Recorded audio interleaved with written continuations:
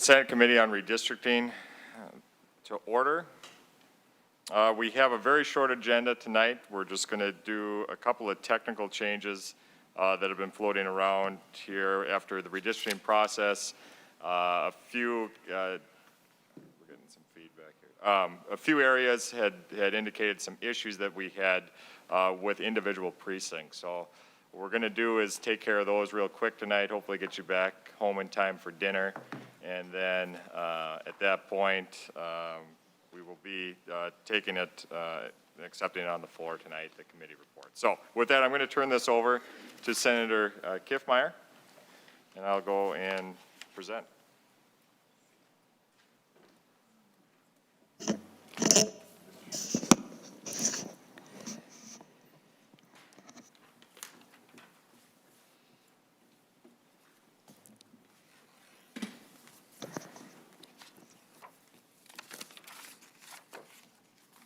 Senator Johnson, whenever you're ready. All right, thank you, Madam Chair. So the bill that we're going to be working off of is Senate File 4476, and I do have the A4 amendment to clarify that and get it in order. Mr. Senator Johnson, you want to move the A4 amendment then? I'm sorry, the A4 amendment? Yes, I'll move the A4 amendment. Okay, A4 amendment being moved. Senator Johnson, to your amendment. Thank you, Madam Chair. With this, I'll turn it over to council, if you wouldn't mind describing what this does in effect. Ms. Stengel. Thank you, Madam Chair and members. The short version is that this moves a portion of Granite Falls Township from District 16A into 15A. Thank you, Ms. Stengel. Okay, members, that is the amendment. General Counsel has gone over it. Any other? Senator Isaacson, and then. Thank you, Madam Chair. The A4 amendment you said is just related to Granite Falls. Is that correct? Ms. Stengel. Thank you, Madam Chair and members. Yes, both of them relate to the Granite Falls Township. Is there? Senator Isaacson. Thank you, Mr. Chair. Madam Chair, I apologize. Is there anything, and I just want to make sure, I got a couple of different documents in front of me. I want to be clear. I have SF 4476. What is that? That was in my folder. Thank you, Senator Isaacson. Mr. Erickson. Madam Chair and Senator Isaacson, the underlying bill, Senate File 4476, makes a change of Northfield Township in Rice County, and then the amendment, the A4, adds on the Granite Falls change. Got it. That's what I was trying to Senator Isaacson. Thank you, ma'am. And both of these are just moving precincts, is that right? A couple people in a precinct? That's my understanding, Senator Isaacson. Would you like, they're nodding in agreement over here, our counsel, that that indeed is the case. Okay. Other questions or Senator Murphy? Thank you, Madam Chair. And, I appreciate the description is a simple description, but for anybody who might be listening, I'm wondering if council could just, in a more narrative way, in a more descriptive way, describe what's actually happening here. We're talking about precincts and a couple of precincts in 15 and 16, and if it was possible to just describe it in a more narrative way, I think it would be helpful. Please. Ms. Stengel. Thank you, Madam Chair and members. I will. Ms. Stengel, one second here. I've got a note here that Senator says. Johnson. Thank you, Madam Chair, sorry. Asking for someone to turn on the closed captioning. I don't know if that's able to do that or not, but if we could, appreciate it.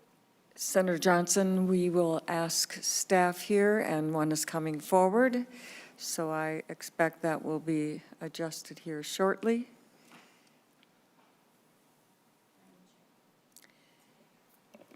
Just while they're doing that, we were given a link to some maps. Is one of these maps relate to this amendment? Okay, we'll include that question with Senator Murphy's, okay? Thank you. Ms. Stengel? Thank you, Madam Chair. I'll answer the map question first. On the underlying bill 4476, there is one map that is related And you can see that on line 1.14 of the underlying bill. The map is coded L58A-1, and you can see that on the GIS website. And this is the one related, that's near Northfield. And on the amendment, although there are changes to two districts, it is the same map. And you can see that number appears a couple of times. It first appears on line 1.11, and that is L15A-1.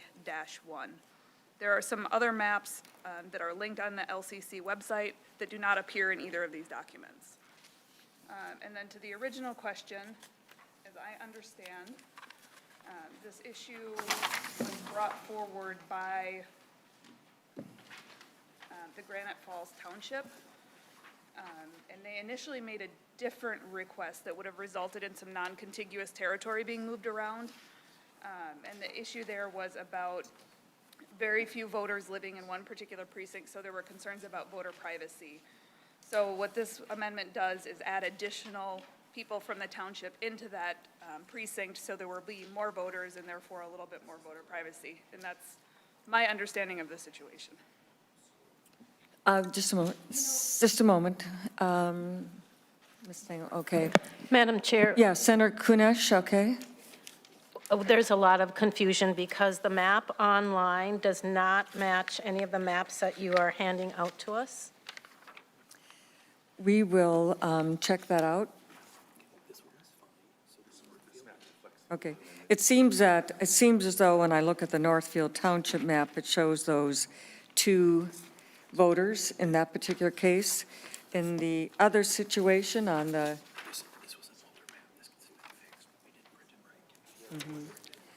it's an older map, and I believe it's, you see two precincts there that have 0 and 0, Is this it? or 0 and, Do you want me to send you guys the the right one is online. Okay, the map we have in front of us, though, Ms. Stengel, on Granite Falls Township 16A, that's an older version? Madam Chair, members, correct. The version you're looking at that has this little piece of non-contiguous territory is an old version of the map. The version that if you're looking at it online, there's no longer a discontiguity problem. There's some additional pieces pulled in, so it's sort of this whole thing in the same district. Okay, does that clear that up for you? Thank you. Okay, everybody, sure, that's great. I know it is challenging, and I think the language is actually harder. The northwest latitude of A21-0243, that is not an easy thing to be able to understand. I think maps are much more clear. Senator Murphy? Thank you, Madam Chair. And this is a question either for the author of the bill or for, again, for council. I appreciate what it appears to me to be doing some corrections, but I'm wondering if there are, based on the principles that we have been operating under, if these changes in the maps are rooted in principles that guided this discussion.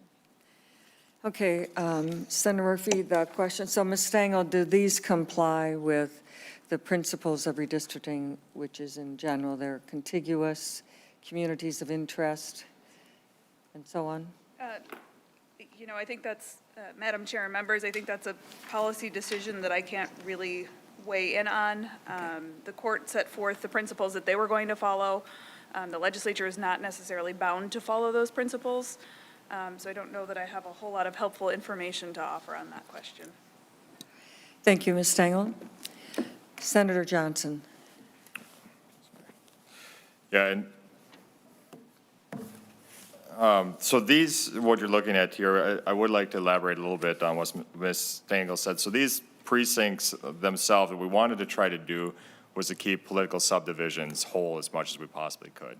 And that was one of the rules that we were running underneath while doing this, just to make sure that was helpful. However, what we end up with is a house, and there's two voters that come out of that precinct, right? So at the end of the day, you know exactly how they're going to be voting. And so in order to keep their ballots secret for the rest of the, from people from prying into that, this was one of those accommodations that we wanted to be able to make that went outside of the typical rules that we've been going under, just in order to make sure that the privacy, the sacrosanct privacy of the voters was kept in order. So that's why we're going slightly outside the lines here. These are small changes that we wanted to bring forward. Senator Isaacson? Just, I think I have an appreciation for the Northfield changes. I'm just wondering, were there any voters actually affected by the Granite Falls changes? Because I Let's think when I see. read it, it said, Madam Chair, I think when I read it, it said there was no voters in the areas that were moved around. Is that correct, or am I not right about that? Well, let's get information. Mr. Erickson? Yes, Madam Chair and Senator Isaacson, my understanding is that it does affect a small number of voters who are being pulled from 16A into 15A with the purpose of addressing the voter privacy issue. So that the issue being, sorry, did I have that backwards? I think, I'm looking at the old map, but Ms. Stengel, it's 16A that they're moving from. Yeah, so there's a precinct in 15A with a vanishingly small number of people that creates voter privacy concerns. And so a certain number of people from a different portion of the township are pulled into that precinct or into that district so that you can create a precinct that maintains voter privacy within the precinct. So, Madam Chair? Senator Isaacson? So that, it's basically the same reason we're doing Northfield is what we're doing. Okay, I want to make sure. Same reason, slightly different solution just because of the populations within those census blocks. Thank you. Thank you, Senator Isaacson. So, Mr. Erickson, it's the geography. Geography drives redistricting. All right, Senator Johnson, I don't see any other hands raised here. Well, thank you, Madam Chair, and if that's all the questions we have tonight, I just appreciate your support on this. Okay. Okay, members, we need to adopt the A4 amendment. Senator Johnson moves the A4 amendment to Senate File 44. Senator Isaacson. So, the A4 amendment, and then we're going to discuss the bill at hand. Thank you. Sorry. Well, basically, Senator Isaacson, we have been, but we can do that as well. But first, let's put the A4 amendment on. Senator Johnson moves the A4 amendment to Senate File 4476. On that motion, all those in favor say aye. Aye. Opposed? Motion prevails and is adopted. Senator Johnson, to your bill as amended. If there's any additional. I have no Okay, additional information. then we'll go to Senator Isaacson. Senator Johnson, what is the path after this? Is it going back to rules? Does it go to the floor at that point? Is there a timeline on that? So, Senator Johnson. thank you, Madam Chair and Senator Isaacson. So I believe we're going to, the floor is still open tonight, so we're going to take the committee report on the floor. And then at that point, it'll go to, I believe, general orders on the floor, so whenever we have an opportunity to call it up. Okay. To clarify on that, because it is a late bill yet, it's still going to have to go to rules at some point. Okay. So we make the motion to general orders, but then rules prevails. This is what, Madam Chair, and this Senator is why we have Johnson. smart staff. That's that why she makes the know- big bucks. I get it. Yes, Yeah, I get it. Wish. Madam, Wish. one more question for you, if you would. Senator Isaacson. Senator Johnson, do you anticipate this being the only changes we're going to see in the upcoming redistricting maps as we go to the floor? Right now, this Senator is all that we're, Johnson. thank you, Madam Chair and Senator Isaacson. This is all that we have proposed for the change. There may be changes that will come up later on. We'll have to see what that is. But at this point, this is all that we have. And Senator Isaacson. would I be safe to assume that if we do have changes coming forth future, we'll be doing another one of these before we go to the floor with it? Senator Johnson. Thank you, Madam Chair. I don't know exactly what the process will be going forward, but we will have a process going forward. Madam Chair? Senator Isaacson. I mean, Senator Johnson, you're the chair. This is your jurisdiction, so you're saying it's possible this might get amended on the floor at some point? Senator Johnson. Thank you, Madam Chair. Senator Isaacson, yes, bills are all open for amendments on the floor. That's what I know. Thank you, Madam Chair. Thank you, Senator Isaacson. Senator Kunesh. Thank you, Madam Chair. I just have a few questions so I understand this whole process. This is the first time I've gone through the redistricting as a legislator. So I'm just trying to get this straight in my mind. And so my first question is, if the courts were the ones that made the final map and the final decision, do we have the jurisdiction to make these changes? Senator Kunesh, absolutely. The legislature has the authority to do so and has used that authority in past redistrictings as well.